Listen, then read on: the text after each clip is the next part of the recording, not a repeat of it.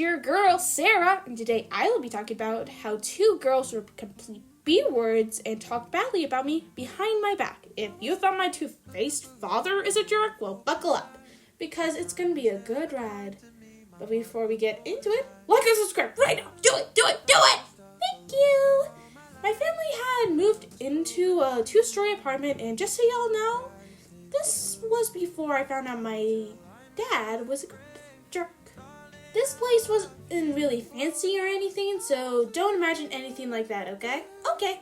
Anyway, a few days after we moved in, I saw these two girls, and I thought they looked kind of nice. I'll call these girls Abby and Jessica. Those aren't their real names, by the way.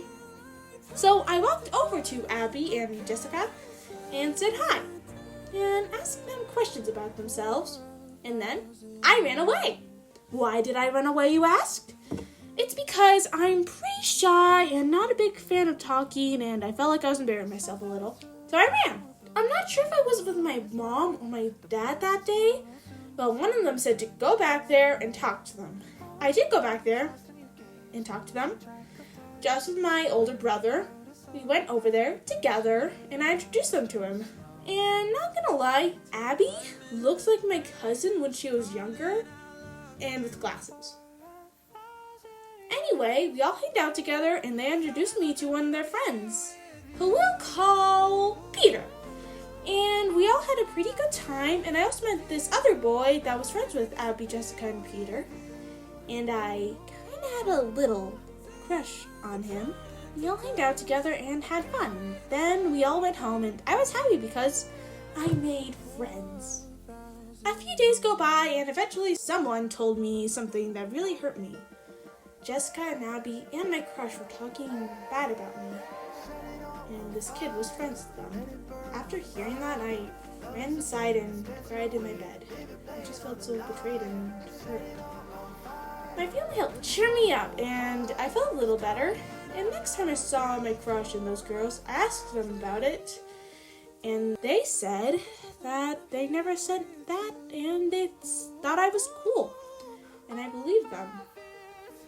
Dude, why would you believe them? Red flags, girl. Red flags! You know that kid that told you and you listened to them over that kid? Again, you don't know that kid, but girl! My poor child brain was so delusional. I'm pretty sure they kept talking bad about me behind my back, but they did it more in secret. Some red flags did pop up every now and then, but I chose to ignore them.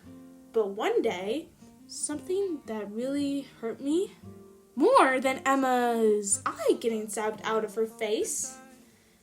The apartment we stayed at had a pool, so me and my family were at the pool, swimming and having fun, and I saw Abby and Jessica. And I kept saying hi to them. I'm pretty sure they got annoyed. I mean, who wouldn't get annoyed at that? And soon, me and my brother started playing Marco Polo, and I was Marco. Marco Polo, Marco Polo, Marco Polo, Marco. I quickly turned around and opened my eyes for some reason, and I saw an adult who said Polo.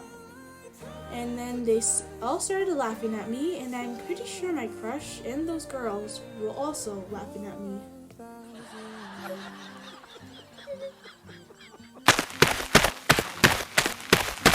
Mom, Dad, I want to go now. Why? You were having so much fun. I just want to go now. We walked back to our apartment, and as soon as I got in, I ran upstairs into my room and cried. Well, I still had my swimsuit on.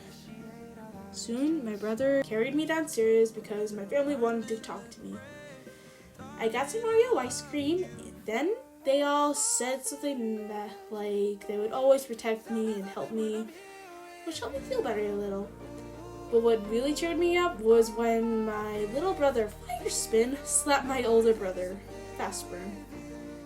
And soon I showered off and we played a few rounds of Quick Splash. Not sure if I hanged out with Jessica and Abby and my crush, but I know I saw them a lot still. But my brothers still hung out with Peter. He was a good friend. I hanged out with him too. Anyway, soon he moved. I never saw them again. And ever since that day, I still felt self-conscious about myself every now and then. I already was self-conscious about myself before I met them. Why did they have to talk bad about me now? A few years passed, and my family were at a hot spring in the mountains. And I told my mom how I felt, and sometimes I felt like she or my brothers talked bad about me. And do you know what she said? I don't really remember much about what she said, but I remember a few things. She said, those girls and my crush were jerks. And since they were public schooled, people tend to gossip and talk bad about people. And they were poopy for what they did to you. After talking to my mom about that, I felt lighter and less self-conscious about myself. So I pushed past everything my crush and those girls and those people that laughed at me out of my head and kept on going and loving myself just the way I am. And sometimes this little voice in my head says, you're dumb, your videos suck, and you're ugly and fat. And whenever that little voice comes, I flip it off and continue with my life and keep on going. And I love myself just the way I am. So if any of you feel self-conscious about yourself and found out someone who you trusted talked bad about you, and if those people are gone and yet there's this tiny voice in your head saying you're weak and pathetic, just keep on going. Ignore those voices. And Jessica, Abby, my former crush, if you three are watching this, you three can talk bad about me all you want, but I will ignore every single word that the three of you say. You know why? Because I love myself just the way I am. And I have people in my life who love me too. You three have that too.